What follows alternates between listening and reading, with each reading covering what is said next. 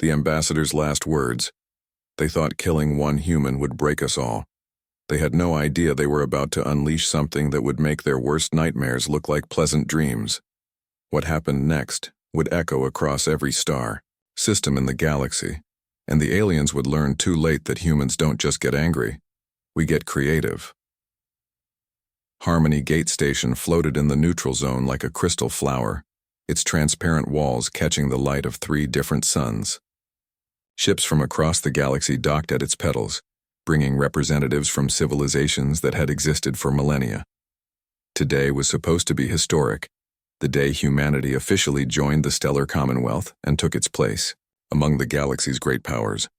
Ambassador Elena Vasquez stood at the observation deck, watching the alien ships arrive.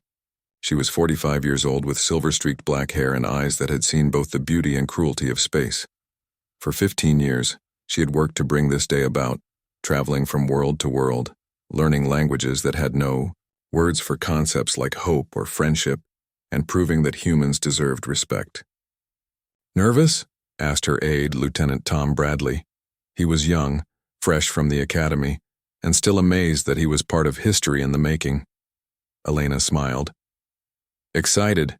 In 6 hours, every human child will grow up in a galaxy where we belong, where we're not just the new species trying to prove ourselves." She touched the datapad containing the Commonwealth Charter. Her signature would make Earth the 6th member of the most powerful alliance in known space. The airlock chimed, and their escort arrived. Krellan warriors in ceremonial armor, their reptilian faces unreadable behind decorative masks. Behind them came an ethereal, its energy form contained in a humanoid suit that glowed with soft blue light. The Zephyrian ambassador floated in its mobility sphere. Ancient eyes that had seen empires rise and fall now focused on the human delegation. "Ambassador Vasquez," spoke the ethereal in a voice like singing crystals. "The Commonwealth awaits. Today we welcome humanity to its destined place among the civilized worlds." Elena felt a chill at those words, though she couldn't say why. She followed the aliens through corridors filled with artwork from 100 different worlds, past gardens, where flowers from distant planets created impossible colors. Harmony Gate was meant to represent the best of galactic civilization, beauty, cooperation, and peace.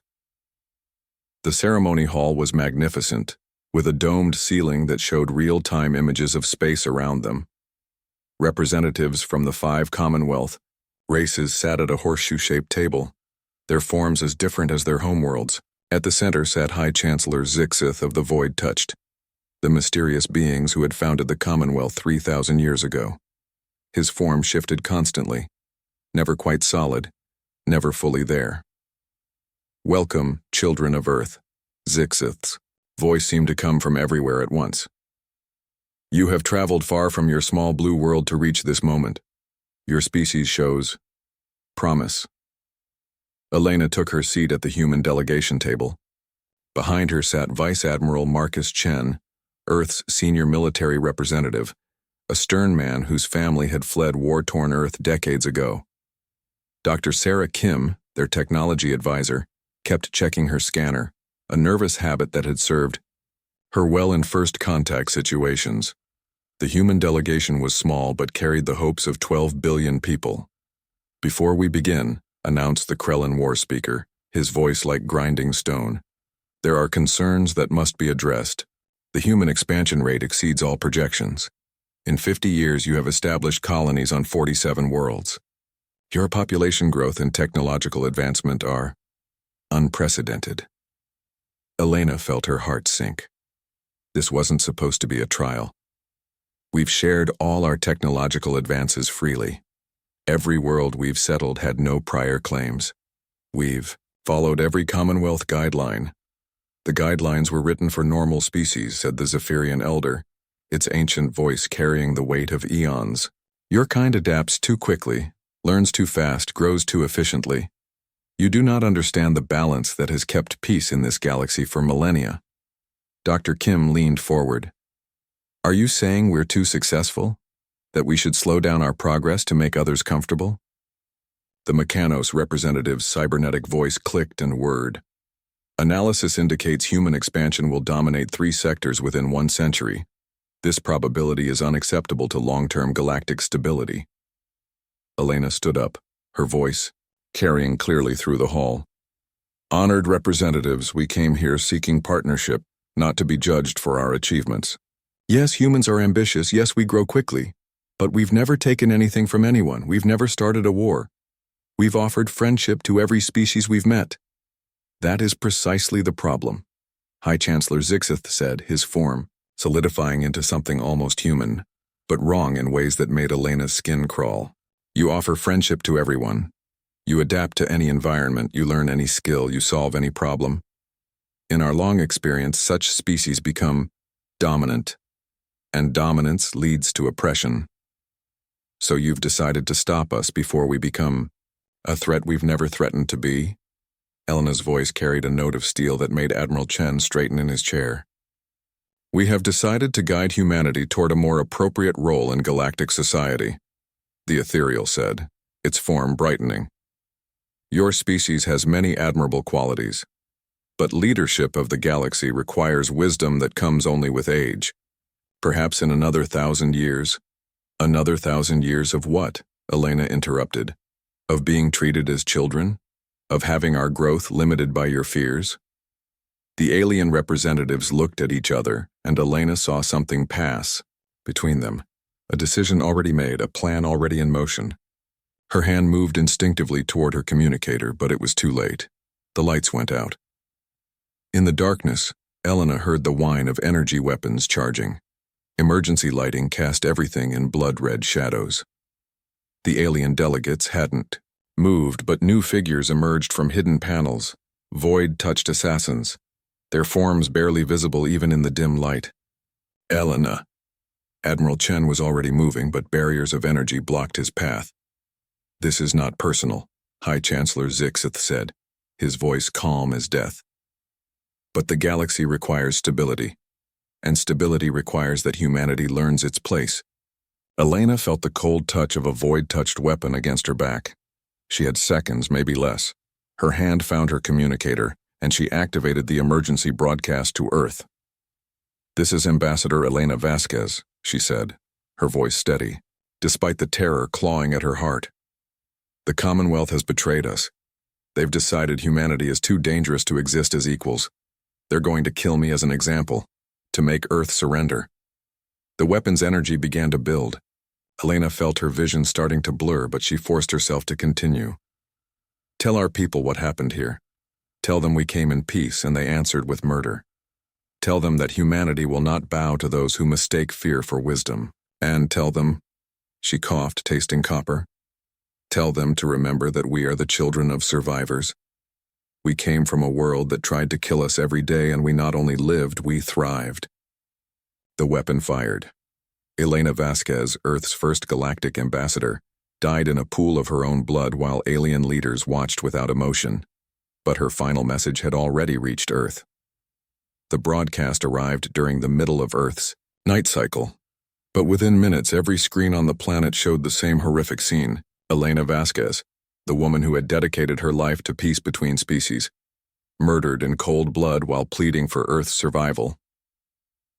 In the Emergency Command Center deep beneath Geneva, alarms wailed as humanity's leaders raced to respond to the crisis. Vice Admiral Marcus Chen's image filled the main screen, transmitting from a rescue ship racing away from Harmony Gate. They planned this from the beginning, Chen reported, his face grim with rage and grief. This wasn't a membership ceremony. It was an execution. They wanted to break humanity's spirit by killing our best hope for peace. President Sarah Martinez stood at the head of the table, her face pale but determined. She was Elena's oldest friend, the woman who had supported the ambassador's mission from the beginning. Now she had to decide humanity's response to its greatest betrayal. What are our military capabilities? She asked General Patricia Yamamoto, Earth's senior military commander. Limited for full-scale war, Yamamoto replied honestly.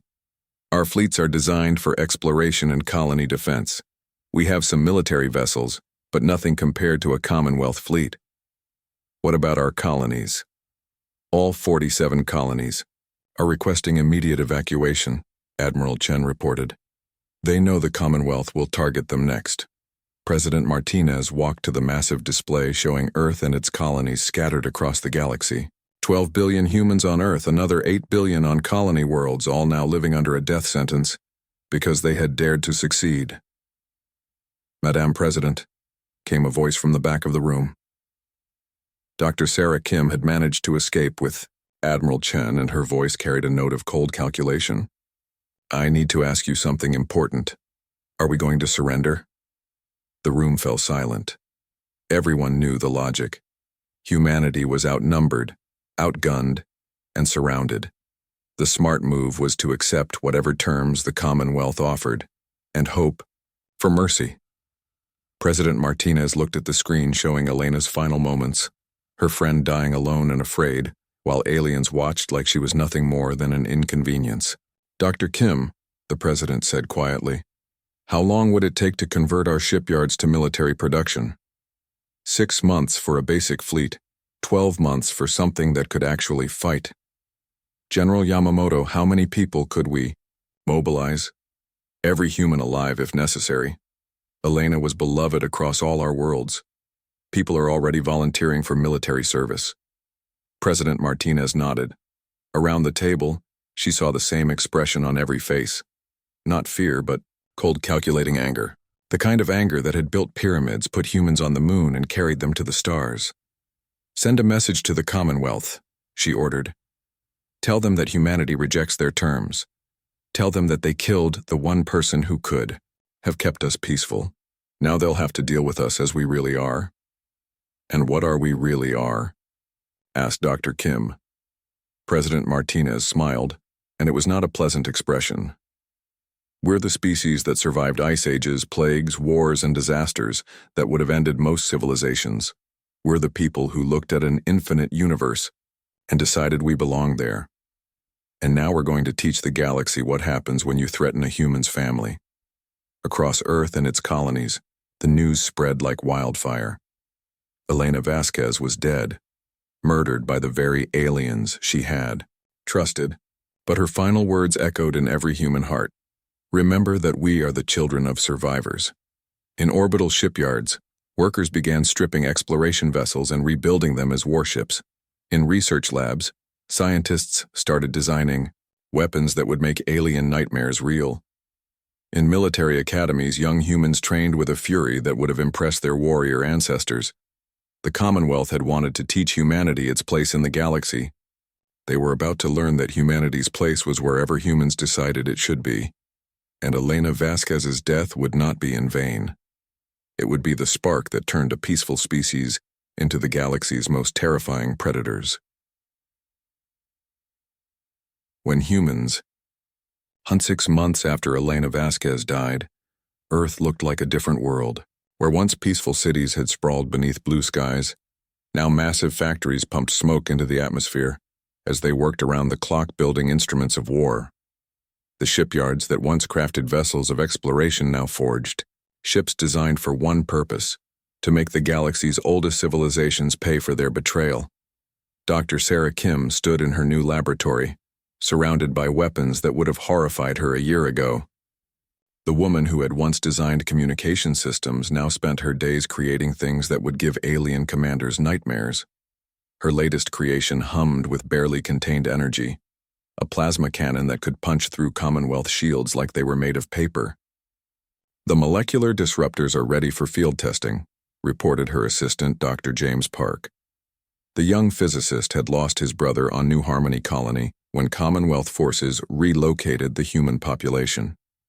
Now he channeled his grief into revolutionary weapons design.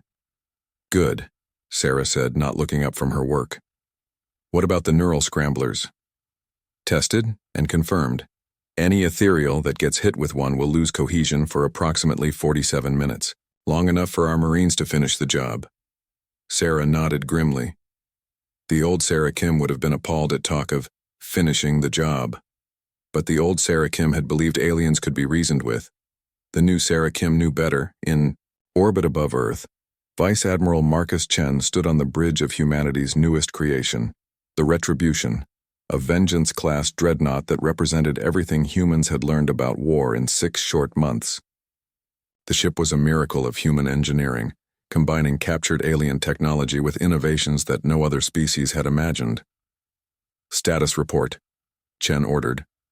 His hair had gone completely gray since Elena's death, but his eyes burned with the same cold fire that drove all of humanity now. "All systems operational, sir," reported Captain Lisa Rodriguez, his second in command. "The new quantum drives are performing beyond expectations. We can outrun anything in the Commonwealth fleet." "Weapons?" "Dr. Kim's plasma cannons are online. The missile pods are loaded with her new smart warheads. Each one can think for itself and adapt to enemy countermeasures. The point defense systems are calibrated to target every known Commonwealth ship design." Chen smiled grimly. The Commonwealth had made their first mistake when they killed Elena. Their second mistake was giving humanity 6 months to prepare for war. They were about to discover there would not be a third mistake. On the planet's surface, President Martinez stood before the largest gathering in human history.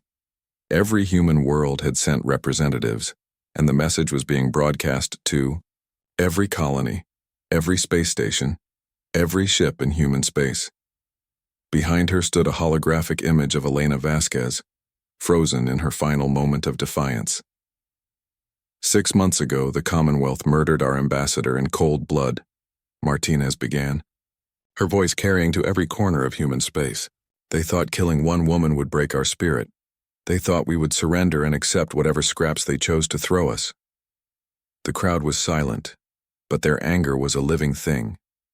They were wrong. Elena Vasquez didn't die for nothing. She died to show us the true face of galactic civilization, a face that smiles while it plans your destruction. But Elena also left us a gift. She reminded us who we are. Martinez gestured to the hologram. "We are the children of survivors. We are the species that conquered a hostile world, reached for the stars, and made ourselves at home in the infinite void. And now we're going to teach the galaxy what it means to threaten a human's family." The roar of approval could be heard in orbit. In the outer system, Commonwealth forces waited.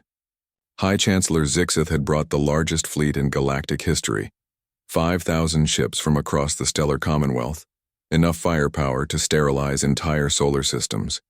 They expected humanity to surrender when faced with such overwhelming odds. "Human vessels detected," reported the Krellin war speaker. "Approximately 200 ships moving to intercept." 200 ships? The ethereal collective's representative pulsed with amusement. "They bring a patrol fleet against the might of the Commonwealth. Their grief has made them irrational." High Chancellor Zixith studied the tactical display with growing unease. "Something is wrong. These ships, they're not using standard human designs." Before anyone could respond, the human fleet opened fire from impossible range. Beams of coherent energy lanced across space, striking with pinpoint accuracy.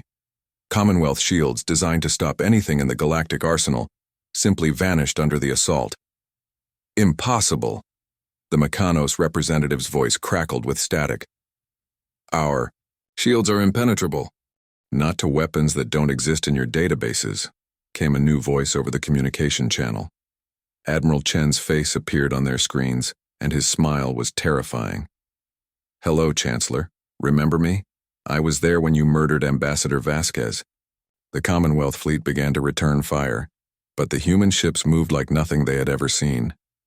Where alien vessels were powerful but predictable, human ships darted and weaved like living things, each one fighting with its own unique style. "This is Captain Rodriguez of the Retribution," came another voice. "Payback is a human concept you're about to understand intimately." The human ship opened fire with weapons that defied understanding. Missiles that turned into energy. Beams that became solid matter. And something that made space itself seem to fold and twist. In minutes, half the Commonwealth vanguard was destroyed or disabled. "Retreat," ordered the war speaker. "Fall back to defensive positions." But there were no defensive positions. Human ships appeared everywhere at once, striking from angles that should have been impossible.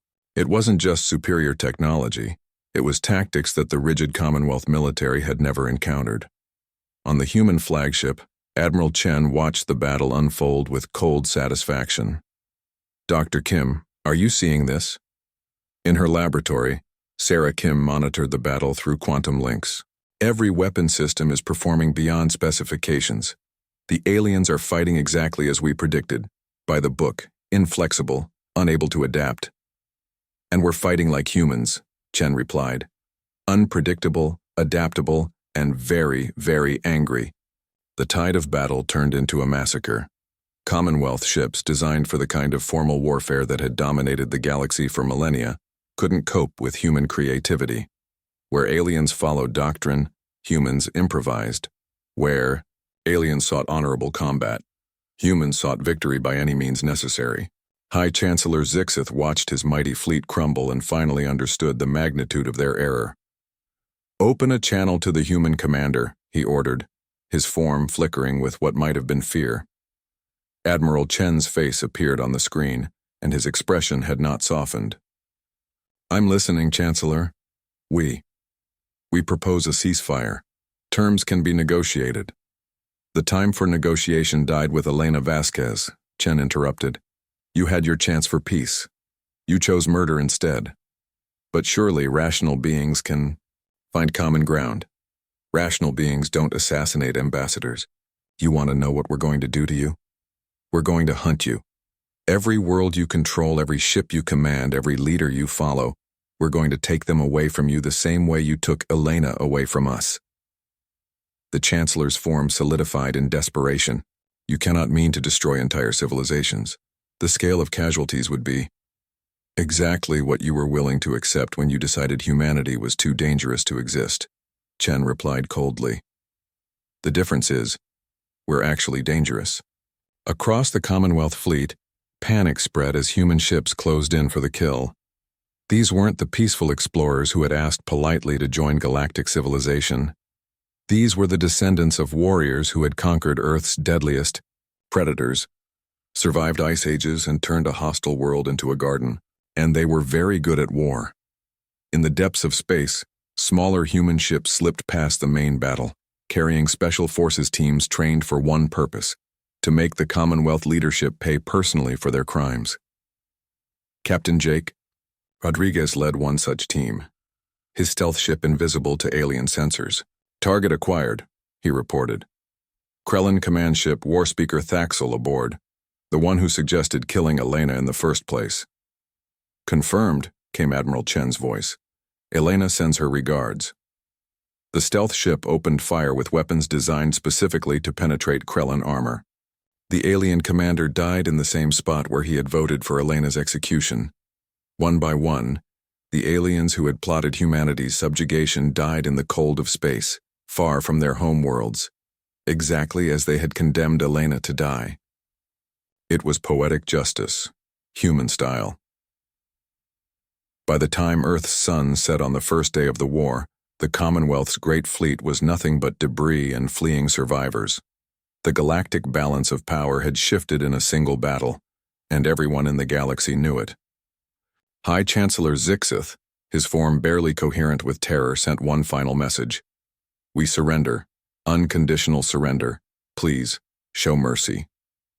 Admiral Chen considered this for a long moment. Around him, his bridge crew waited for orders. These were humans who had lost friends and family to Commonwealth relocation. They had every reason to want revenge. "Mercy," Chen repeated slowly. "That's what Elena asked for. Peace and understanding between species. She believed in the better angels of our nature." He paused, looking at the holographic image of Elena that now adorned every human ship. "But Elena is dead, murdered by you. And the Elena we're honoring now isn't the peacemaker you killed. She's the woman who told us to remember who we are. So I'll give you the same mercy you gave her." The Commonwealth fleet that limped away from Earth carried a message that would echo across the galaxy. Humanity was no longer asking for a place among the stars. They were taking it. And any species that stood in their way would learn why humans had conquered their own world before reaching for others. Elena Vasquez had wanted humanity to join the galactic community as equals. In death, she had given them something far better: the determination to make the galaxy join humanity's community, on humanity's terms. The age of human expansion had begun, and it would not be stopped by those who mistook kindness for weakness or diplomacy for surrender. The stars belonged to whoever was strong enough to claim them, and as every alien species would soon learn, no one was stronger than a human defending their family.